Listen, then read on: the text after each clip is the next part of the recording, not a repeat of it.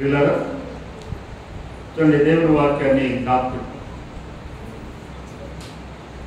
17వ వచనం నుండి జ్ఞాపకం చేసుకుందాం. మత్తయి సువార్త 20వ అధ్యాయం 17 నుండి. యేసు యెరూషలేమునకు వెళ్ళనయున్నప్పుడు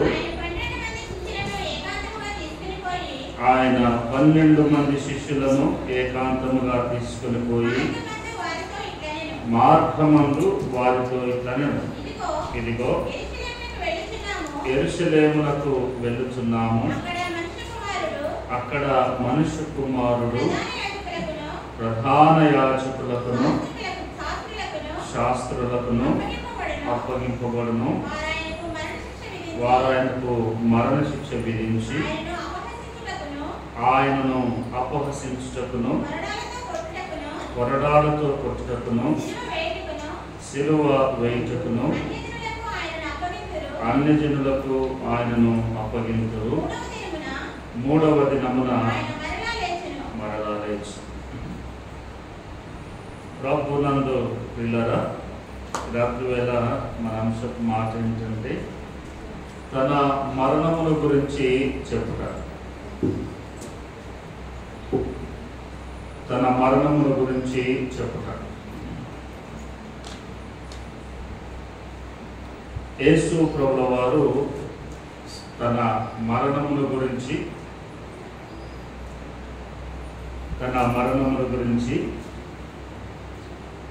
శిష్యులతో ముందుగానే జ్ఞాపకం చేస్తూ ఉన్నారు.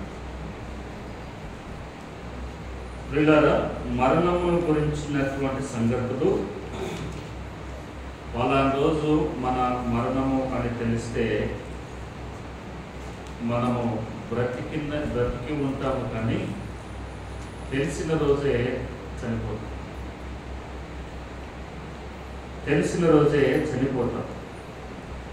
అందుకే దేవుడు ఎందుకు ఇలాగ పెట్టాడో తెలియదు, కానీ మానవుని యొక్క మరణాన్ని మరుగు చేసి పడేశాడు. నీ మరణం ఎప్పుడో నీకు తెలియదు అన్నట్టుగా ప్రభు జ్ఞాపకం చేశాడు. ఈరోజు ఉదయకాలపు వేళ నేను ఒక సంఘటన విన్నాను, న్యూస్లో చూశాను. దాదాపుగా 3:30-4 గంటల మధ్య ప్రాంతంలో రాజమండ్రికి దగ్గరగా దైవజనుడు డాక్టర్ ప్రవీణ్ పగడాల అనేటువంటి దైవజనుడిని అక్కడ రోడ్ యాక్సిడెంట్ అని చెప్పారు. రోడ్ యాక్సిడెంట్ అనే న్యూస్లన్నీ చూపిస్తున్నారు, కానీ రాజమండ్రి అంతా కూడా ఈరోజు అట్లా క్రైస్తవ సమాజంతో ఉడికిపోతాం. ఎందుకనంటే ఆ దైవజనుడిని హత్య చేసి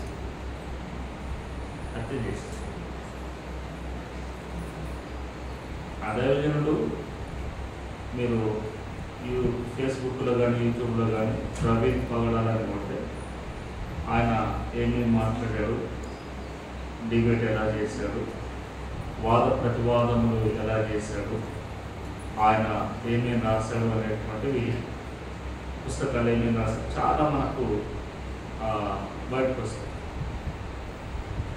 ఆయన క్రైస్తవ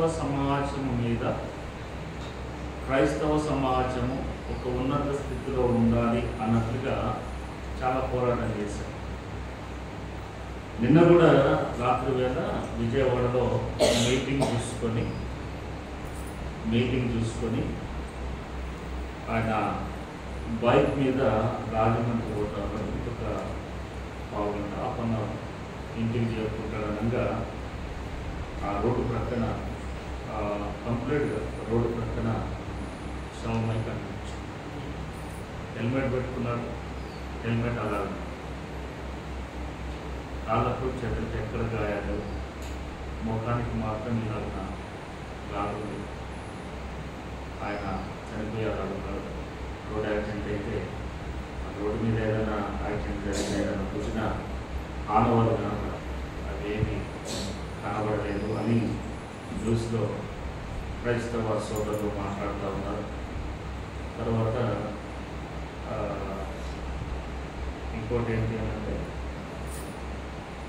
జనవరి 31 నుండి ఆయన ఫేస్బుక్లో కానీ సోషల్ మీడియాలో మాట్లాడుతున్నాను, సహోదరులారా నాకు ప్రాణమైంది పలానా వారి నుండి పలానా వారు అన్న నెలలోపే ఆయన ఈరోజు మరణించారు.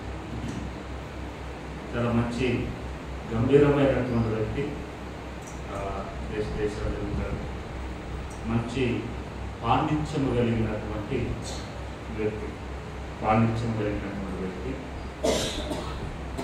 ఖచ్చితంగా నిర్భయముగా మాట్లాడేటువంటి వ్యక్తి.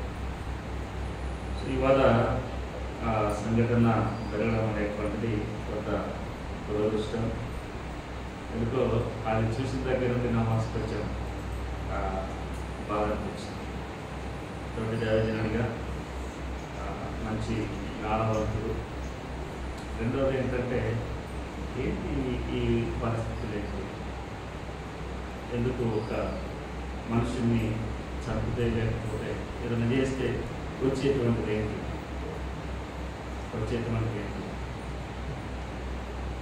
ఎందుకో ఈ చూస్తే ఈరోజు మన అంశం కూడా అదే, మరణం. ఈరోజు మన అంశం కూడా మరణం. సరే, ఓకే, మీకు వీలైతే ఇంటికి వెళ్ళిన తర్వాత మీ యూట్యూబ్లో చూడండి, ప్రవీణ్ పగడా అనేటువంటి పేరు కొడితే అలాగే వస్తే మీరు యూట్యూబ్ ఓపెన్ చేసినప్పుడు చాలా వరకు వస్తే, ఫేస్బుక్ ఓపెన్ చేసినప్పుడు మీకు దొరుకుతాయి. రైట్. యేసు ప్రభుల వారు యెరూషలేమునకు వెళ్ళడానికి సిద్ధపడుతూ ఉండగా ఆయన శిష్యులను ఏకాంతంగా ఆయన తీసుకుని వెళ్ళి మార్గమధ్యములో వారితో మాట్లాడుతూ ఉన్నాడు. వారికి తన మరణముల గురించి ఆయన జ్ఞాపకం చేస్తున్నాడు. ఇదిగో యెరూషలేమునకు వెళ్ళుచున్నాము, అక్కడ మనుష్య కుమారుడు ప్రధాన యాజకులకును శాస్త్రులకును అప్పగింపబడును, వారు ఆయనకు మరణ శిక్ష విధించురు అన్నాడు. దేవుడు అన్నారా ముందుగా జ్ఞాపకం చేసినట్లుగా ఏ మనుష్యుడికైనా సరే ఫలాని సమయము ఫలాని దినము నీ మరణము అని తెలిస్తే ఇక బ్రతుకుతున్నట్లే ఉంటాడు, కానీ ఆ దినము నుండి ముగించబడే వరకు తను నరకాన్ని అనుభవిస్తూ ఉంటాడు. తన మరణము గురించి యేసు ప్రభుల వారు మత్తయి సువార్త, ఇదే మత్తయి సువార్త 16వ అధ్యాయము 21వ వచనములో ఒక పర్యాయము జ్ఞాపకం చేశాడు. అలానే 27వ అధ్యాయము మత్తయి 27 మొదటిలో కూడా మరలా ఒకసారి గుర్తు చేయడం కూడా జరుగుతూ ఉంది. చూడండి, ఇవన్నీ కూడా ఆయన మరణముల గురించి ముందుగా జ్ఞాపకం చేశాడు ఇక్కడ.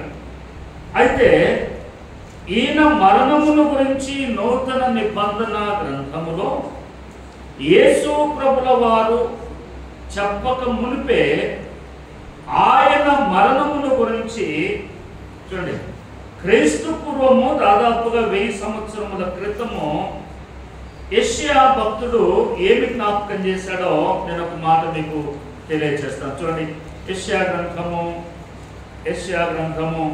26వ అధ్యాయము, యెషయా గ్రంథము 26వ అధ్యాయము 19వ వచనం చూడండి. మృతులైన నీ వారు బ్రతుకుదురు, నా వారి శవములు సజీవములగును, మంటిలో పడి ఉన్న వారులారా మేల్కొని ఉత్సహించుడి, నీ మంచు ప్రకాశమానమైన మంచు, భూమి తనలోని ప్రేతలను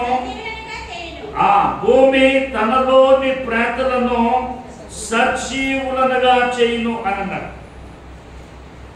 దీనికంటే పైన ఇంకొక వచనం చూడండి, 14వ వచనం చూడండి. చచ్చిన వారు మరలా బ్రతకరు, ప్రేతలు మరలా లేవరు. 14లో ఏమన్నాడు? చచ్చిన వారు మరలా బ్రతకరు, చచ్చిన వారు మరలా బ్రతకరు, ప్రేతలు మరలా లేవరు అని అన్నాడు. కానీ 19 వచ్చేసరికి ఏమన్నాడు? చివరి లైన్లో సరే మొదటి నుండి అయినా మృతులైన నీ వారు బ్రతుకుదురు, నా వారి శవములు మరలా సజీవములగును. చివరి లైన్లో భూమి తనలోని ప్రేతలను సజీవులనుగా చేయి. రెండు పదాలు ఇక్కడ రాయబడ్డాయి. ఒకటేమో 14లో చచ్చిన వారు మరలా బ్రతకరు అన్నాడు, ప్రేతలేక లేవరు అన్నాడు. 19లోకి వచ్చేసరికి మృతులైన వారు బ్రతుకుదురు, భూమి తనలోని ప్రేతలను సజీవులనుగా చేయును అని అన్నాడు. ఏంటి రెండు కన్ఫ్యూజన్ ఏంటి అని అంటే, మనము జాగ్రత్తగా దేవుని మాటలను మనం పరిశీలన చేయాలి.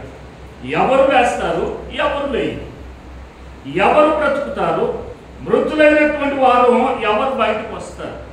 మనం దీనిని కొంచెము మనం జాగ్రత్తగా పరిశీలన చేస్తే చూడండి, అదే 26వ అధ్యాయము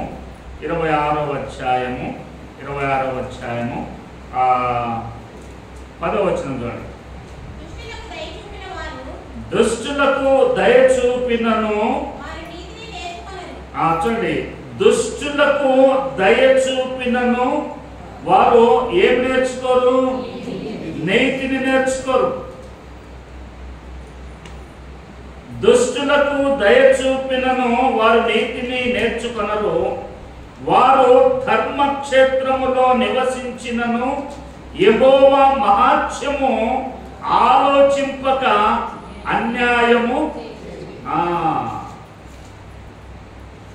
దుష్టులకు దయ చూపిన వారు న్యాయమును నీతిని నేర్చుకొనరు. వారు ధర్మక్షేత్రములో నివసించినను, న్యాయపీఠం ఎదుట న్యాయములో వారిని నివసింపజేసినను దేవుని మహాత్మ్యమును గురించినటువంటి ఆలోచనలు వారికి రాక అన్యాయము మాత్రమే వారు చేయుదురు. తర్వాత యెహోవా నీ హస్తం ఎత్తబడి ఉన్నది గాని జనులు దానిని చూడనొల్లరు. దేవుని హస్తము మెత్తబడి ఉన్నది, హస్తం ఎత్తబడి ఉన్నది కానీ జనులు దాన్ని చూడనొల్లరు. జనుల కొరకైనా నీ ఆసక్తిని చూచి వారు సిగ్గుపడుతురు. నిశ్చయముగా అగ్ని నీ శత్రువులను మృంగివేయును. యెహోవా నీవు మాకు సమాధానము సిద్ధపరచుదువు. నిజముగా నీవు మా పక్షము నుండి మా పనులన్నిటినీ సఫలపరచుదువు. యెహోవా మా దేవా, నీవుగాక వేరు ప్రభువులు మమ్మను ఏలిరి. ఇప్పుడు నిన్ను బట్టియే నీ నామమును స్మరింతుము అని జ్ఞాపకం చేస్తూ క్రింద చచ్చిన వారు మరలా బ్రతకరు. ఇది ఎవరు అని అంటే దుష్టులు.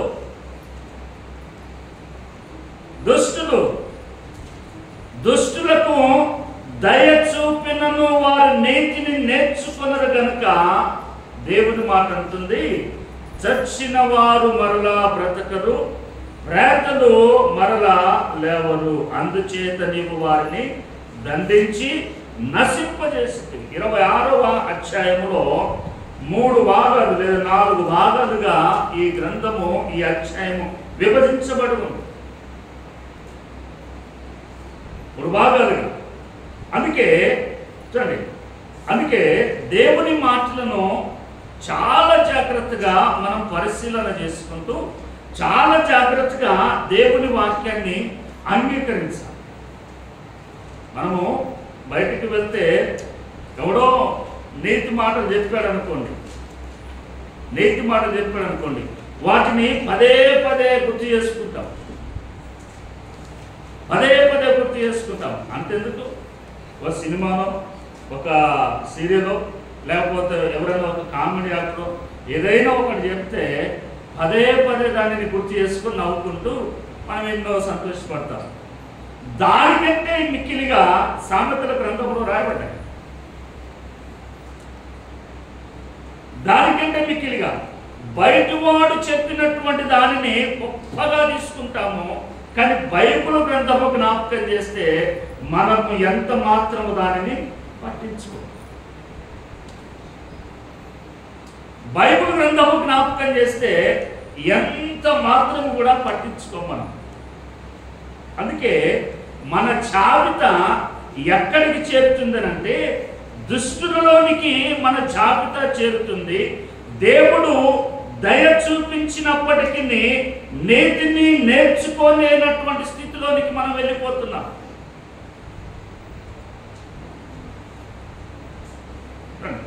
నీతిని నేర్చుకోలేనటువంటి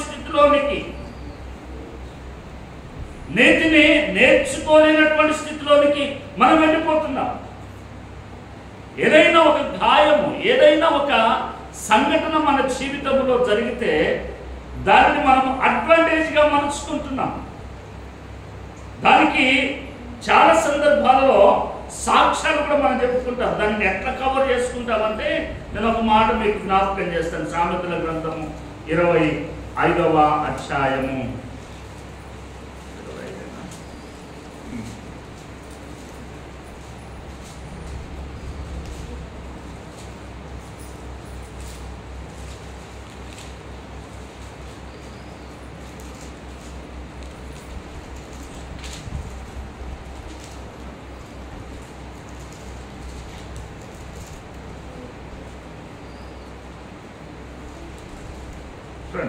24వ అధ్యాయము 24వ అధ్యాయము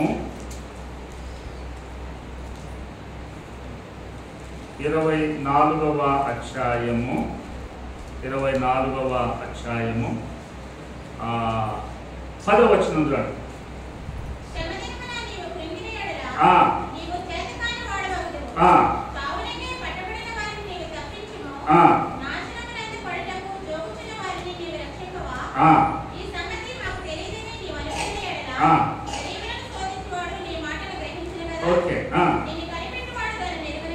చూడండి, ఇక్కడ జ్ఞాపకం చేస్తాడు. శ్రమ ఎవరికైనా కలిగితే ఏమవుతుందట? చేతగాని వాడు. నీకే కలుగుతుందా? ఇంకో మాట అంటారు. ఇంకో మాట ఏ జ్ఞాపకం చేస్తారంటే, యెహోవా నన్ను అధికముగా శిక్షించెను గాని మరణానికి అప్పగించలేదు. మరణానికి అప్పగిస్తే ఇక నీకు వచ్చే మార్పు ఏంటి?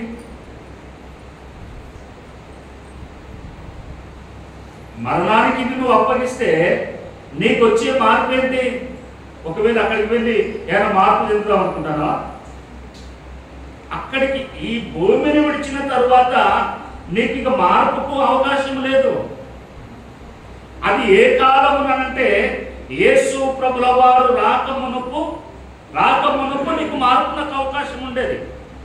అందుకే చూడండి, పాత నిబంధన కాలంలో ఉన్నటువంటి భక్తులందరూ కూడా యేసు ప్రభుల వారి రక్షణను వారు చవి చూడలేదు కనుక యేసు ప్రభుల వారు శిలువ మరణము చెంది ఆయన క్రిందికి ఎలాగనే వెళ్ళి పాపపు చెరను చెరగానే ఆయన తీసుకుని వెళ్ళాడు. వారి మీద ఉన్నటువంటి పాపములన్నిటిని కూడా ఆయన తొలగించాడు. ఎందుకు? వారికి ఆ శిలువ మరణముల గురించి తెలియదు కనుక, శిలువ మరణములో ప్రభుల వారు చేసినటువంటి యాగం తెలియదు కనుక వారి మీద ఉన్నటువంటి పాపమును అంతటిని ఆయన తొలగించాడు. కానీ ఈరోజు నీకు తెలుసు, యేసు ప్రభుల వారు ఎవరి కొరకు ప్రాణం పెట్టాడు, యేసు ప్రభుల వారు ఎవరి కొరకు శిలువలో బలి అయ్యాడు, యేసు ప్రభుల వారు ఎవరి కొరకు తన రక్తాన్ని చిందించాడు అనేటువంటిది ఈ దినాల్లో అందరికీ తెలుసు. ఒక్కసారి నీవు రక్షించబడిన తరువాత మరలా వెనుకకు వెళ్ళావు అని అంటే దాన్ని ఎవరేం చేస్తారు? అందుకే దేవుడు నీవు ఇక్కడ ఉన్నప్పుడే నీకు ఒక పాఠాన్ని, ఒక గుణపాఠాన్ని నేర్పడానికి దేవుడు ఆయా సందర్భాలలో నీకు కొంత శ్రమను కలిగిస్తాడు. ఏదో ఒక రూపకంలో ఒక శిక్ష, ఏదో ఒక రూపకములో ఒక శ్రమ, ఏదో ఒక రూపకములో ఒక కష్టం. ఆ శ్రమ, ఆ కష్టము, ఆ శిక్ష నుండి నీవు గుణపడితే, నీవు మార్పు చెందితే, you will be set right. నీవు సరైనటువంటి మార్గంలో ఉంటావు. ఒకవేళ దానిని కూడా నీవు అడ్వాంటేజ్గా తీసుకొని యెహోవా నన్ను శిక్షించిన కానీ నన్ను మరణానికి అప్పగించలేదు అని అంటే ఇక రెండో ఛాన్స్ ఉండదు నీకు. రెండవ ఛాన్స్ ఉండదు. అందుకే ప్రభువు ఇక్కడ దుష్టులను గురించి ఆయన జ్ఞాపకం చేస్తూ, దుష్టులకు 26వ అధ్యాయం యెషయా గ్రంథం 26:10, దుష్టులకు దయ చూపినను, దుష్టులకు దయ చూపినను. నువ్వు యేసు ప్రభువును అంగీకరించిన తరువాత, యేసు ప్రభువును నమ్మిన తరువాత, యేసు ప్రభువును నమ్మి మరి విశ్వాసిగా నీవు మార్చబడడానికి ముందు నీ పాపములు ఒప్పుకొని నీవు బాప్తిస్మము తీసుకున్న తర్వాత, నీవు క్షేమకరముగా ప్రభు సన్నిధిలో నడుస్తూ మార్గమధ్యంలో తప్పిపోయినప్పుడు నీకు ఎన్ని దెబ్బలు తగిలినో జ్ఞాపకం చేసుకో, ఎన్ని గాయాలు తగిలినో జ్ఞాపకం చేసుకో.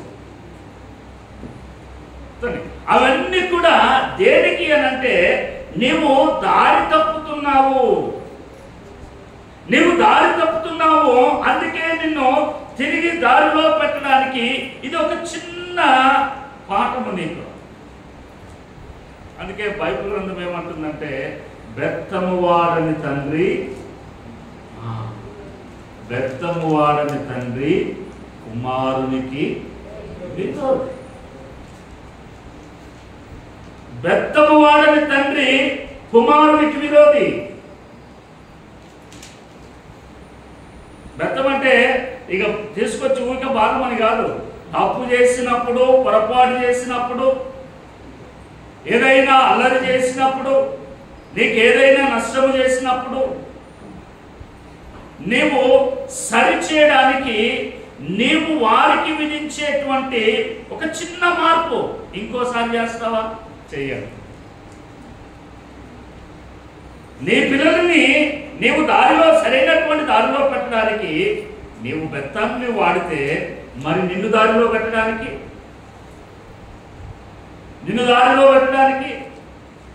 నీవేమైనా చిన్నపిల్లగాడువా? కర్ర పట్టుకుంటే నాయన కబోవద్దు అనడానికి. అందుకే నీకు విధించేటువంటి శిక్ష చాలా సందర్భాలలో నెమ్మది లేనటువంటి జీవితాలు కలిగిపోతాయి. ప్రశ్నించుకోవాలా, ఎందుకు నాకు ఇది, ఎందుకు నాకు ఇలా జరుగుతుంది, ఏమి చేశాను, నాలో ఏమి లోపుకున్నది, దేవునికి ఏ విధముగా నేను దూరంగా ఉన్నాను, లేకపోతే దగ్గరగా ఉంటే నాకెందుకు జరిగింది. యెషయా ప్రవక్త వెళ్ళి హిజ్కియాతో మాట్లాడాడు.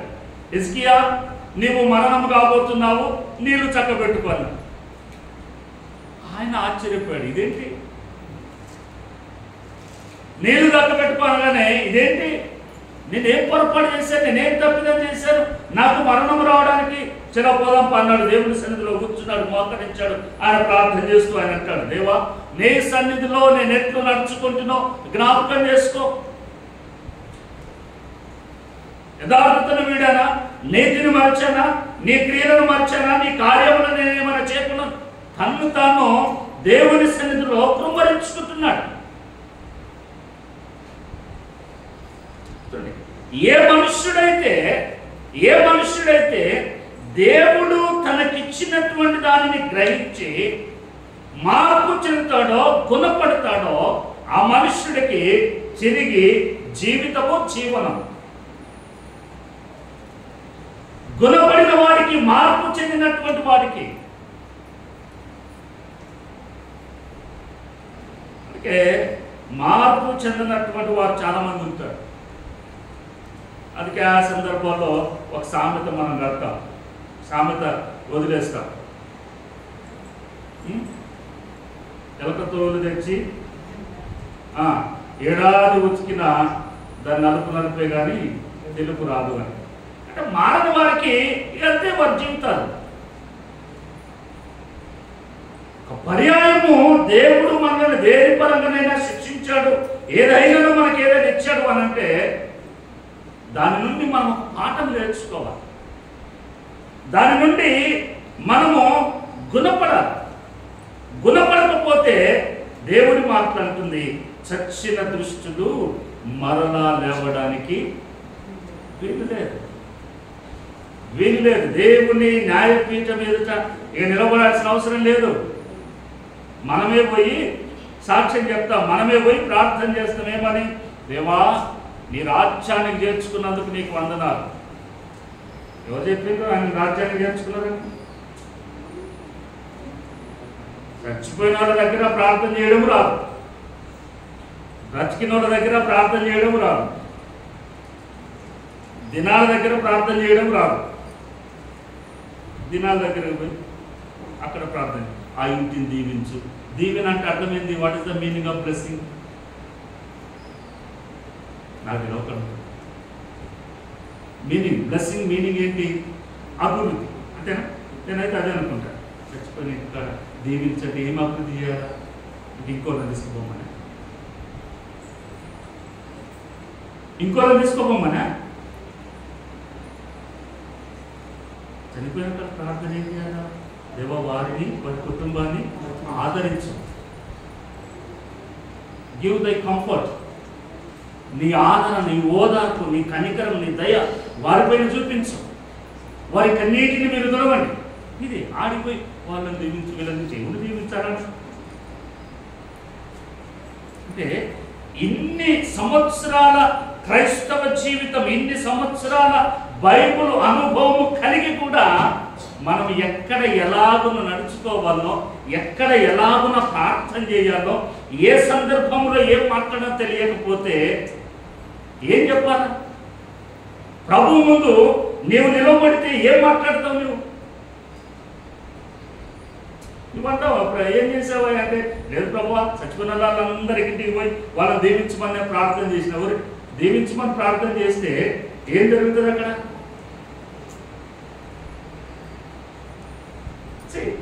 దేవుని మాట జ్ఞాపకం చేస్తుంది. దుష్టులకు దయ చూపినను వారు నీతిని నేర్చుకొనరు. దుష్టులకు దయ చూపినను వారు నీతిని నేర్చుకున్నారు అని జ్ఞాపకం చేస్తూ తరువాత మాటలను మనం జ్ఞాపకం చేసుకున్నట్లయితే చూడండి, తర్వాత చూడండి 15వ వచనం 14 వరకు, 10 నుండి 14 వరకు దుష్టులకు సంబంధించిన 15వ వచనం చూడండి. యెహోవా, నీవు జనమును వృద్ధి చేసితివి, దేశం యొక్క సరిహద్దులను విశాలపరిచి నిన్ను నీవు మహిమపరుచుకొంటివి. యెహోవా, శ్రమలో వారు నిన్ను తలచుకొనిరి, నీ శిక్ష వారి మీద పడినందున. ఎవరు పదం విడిచిపెట్టినా చూడండి, నీ శిక్ష వారి మీద పడినందున వారట, ఎవరి మీదైతే శిక్ష పడుతుందో వారట విశేషముగా దేవుని సన్నిధికి వచ్చి ఏం ప్రార్థన చేస్తారు? అప్పుడు వస్తాయి ఇక వెనకాల నుండి చెరువు నుండి వచ్చినట్టు వచ్చి కారిపోతా ఉంటాయి. అదే కదా రాసింది. యెహోవా, శ్రమలో వారు నిన్ను తలంచుకొనిరి. దేవుని సన్నిధికి ఎప్పుడు వస్తాం? భారంగా, శ్రమ కలిగినప్పుడు, కష్టము కలిగినప్పుడు, ఇబ్బందులు ఎదురైనప్పుడు, కుటుంబంలో సమస్యలు ఎదురైనప్పుడు, వ్యక్తిగతంగా శ్రమ ఎదురైనప్పుడు.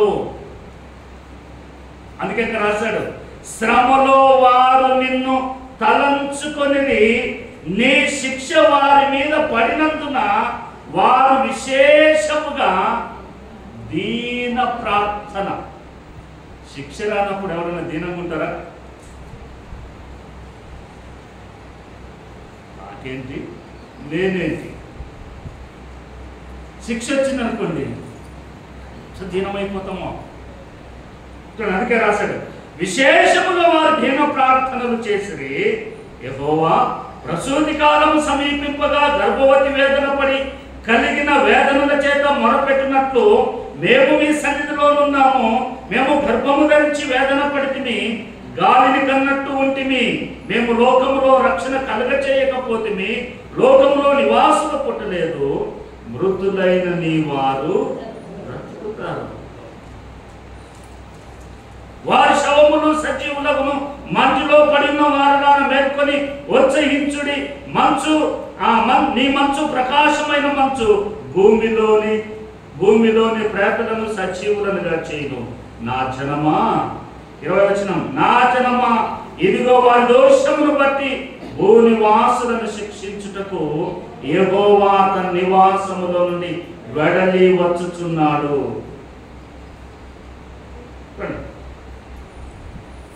భూనివాసులను, ఇదిగో వారి దోషములను, భూనివాసులను శిక్షించుటకు యెహోవా తన నివాసములో నుండి వెడలి వచ్చుచున్నాడు.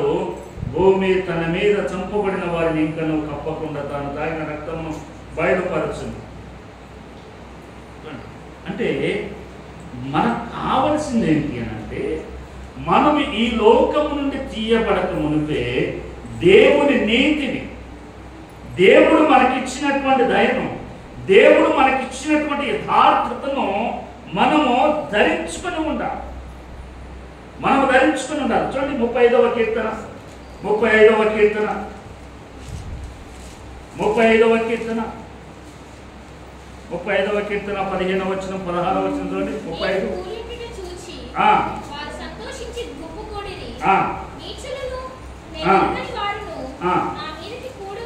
చూడండి. నేను కూలినుట చూచి వారు సంతోషించి గుంపుగూడిరి. నీచులను నేను ఎరగని వారును నా మీదికి కూడి వచ్చి మానక నన్ను నిందించిరి. విందు కాలమందు దూషణలాడు వదరబోతుల వలె వారు నా మీద పండు కొరికిది. యేసు ప్రభు మరణ సమయంలో ఈ సంగతులన్నీ కూడా జరిగాయి. ఈ సంగతులన్నీ కూడా జరిగాయి. ఆయన అన్నారు కదా, ఈయనట యూదులకు రాజట అని ఎంతమంది అవమానించలేదు. ఆయన మీద ఎంతమంది పనులు నూరలేదు, పనులు కొరకలేదు, చెంప మీద కొట్టిన వారు లేరా? చూడండి, విందు అనగానే మన విందు కాదు, పస్కా విందు. ఆయన రొట్టెను పట్టుకొని కృతజ్ఞతాస్తుతులు చెల్లించి దాన్ని చేయక మునుపు ఆయన అన్నాడు, ఇదిగో మనలో ఉన్నటువంటి వారిలో ఒకడు నన్ను అప్పగించు, ఒకడు నన్ను అప్పగించును. ప్రభువు తన మరణమును గురించి ఆయన ముందుగానే జ్ఞాపకం చేశాడు. తన మరణాన్ని ముందుగానే ఆయన తెలియజేస్తూ ఉన్నాడు. ఆయన తెలియజేస్తూ ఆయన తండ్రికి మొరపెట్టాడు. కానీ తండ్రి, ఓకే నాయన, నువ్వు ఇంత బాధపడడం నాకు కూడా ఇష్టం లేదు, ఈ శిలువ మరణం వద్దు అని అంటే ఈ దినాల మనకు రక్షణ. ఆయన మరణములో ఆయన అనుభవించినటువంటి ఆ శ్రమలో, ఆయన అనుభవించినటువంటి ఆ కష్టములో, ఆయన పొందినటువంటి ఆ బాధ, ఆ వేదనలో ఎంతటి రక్షణ దాగి ఉండొచ్చు. ఆయన పొందినటువంటి దెబ్బల చేత మనకు స్వస్థత. అందుకే ఆయన మరణాన్ని ముందుగా తెలిసినప్పటికీ, ఆయన మరణముల గురించి ముందుగా ఆయన శిష్యులకు వివరించినప్పటికీ, తర్వాత జరగబోయేటువంటి సంగతిని కూడా ఆయన జ్ఞాపకం చేశారు. మరలా నేను 3వ దినాన లేస్తాను. ఆయన లేచారు, నిజమే, ఆయన లేచారు. కానీ నా పరిస్థితి ఏమిటి? నా సంగతి ఏమిటి? మనము మార్పు చెందకపోతే, ఆయన చూపించినటువంటి దయలో మనం ఉండకపోతే, ఆయన నీతిని మనం అనుసరించకపోతే మన పరిస్థితి ఏమిటి? అందుకే రాత్రి వేళ ఆయన మరణాన్ని గురించి ఆయన తెలుసుకున్నాడు. ఏమి జరగబోతుందో ఆయన గ్రహించాడు. తర్వాత తిరిగి 3వ దినాన లేస్తాను అని ఆయనకు తెలిసిన ఆయన ఏమాత్రము కూడా సందేహించక లోకమంతటి కొరకు తన ప్రాణాన్ని అర్పించాడు. ఆ త్యాగాన్ని నీవు గుర్తు చేసుకో, ఆ త్యాగాన్ని నీవు గ్రహించాలి.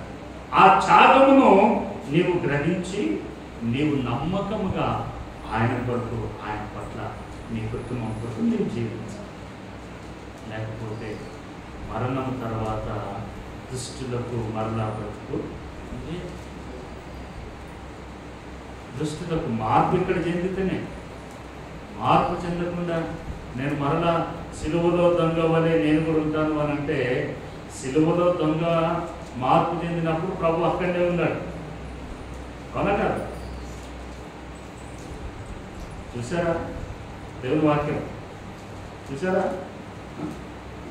అయ్యా నీవు నీ రాజ్యముతో వచ్చినప్పుడు నాకు జ్ఞాపకం చేసుకో అంటే ప్రభు ఏమన్నాడు?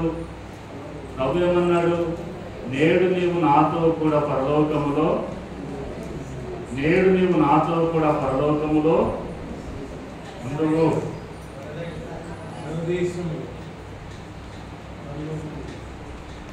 ఎంత లట్టుకున్నారో,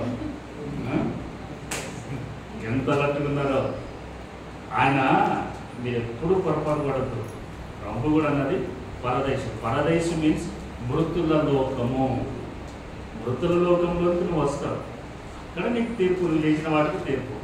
అంతేగాని దొంగను ఆదర్శంగా తీసుకోకండి, దొంగను ఆదర్శంగా తీసుకోకండి. పక్కన ఉన్నాడు ఎవరే బాబు, మనం చేసిన వాటికి ఇది న్యాయమైన కాదు, వాడిని తీసుకున్నా పర్వాలేదు, కొంత పశ్చాత్తాపడ్డాడు, పశ్చాత్తాపడాలి. అంతేగాని ఆదర్శంగా తీసుకొని నేను కూడా అప్పుడే అన్నాం అనుకోండి, అప్పుడే కదా. కాబట్టి పిల్లలు ఈ రాత్రి వేళ మన జీవితాలలో ఒక మార్పు, ఈ భూమి మీద బ్రతికి ఉన్నప్పుడే మనం ఒక మార్పు చెంది ప్రభు సన్నిధిలో ముందుకు సాగాలి. తల వంచి ప్రార్థన చేసుకుందాం, తల వంచుతాం, ప్రార్థన చేసుకుందాం, తల వంచుతాం.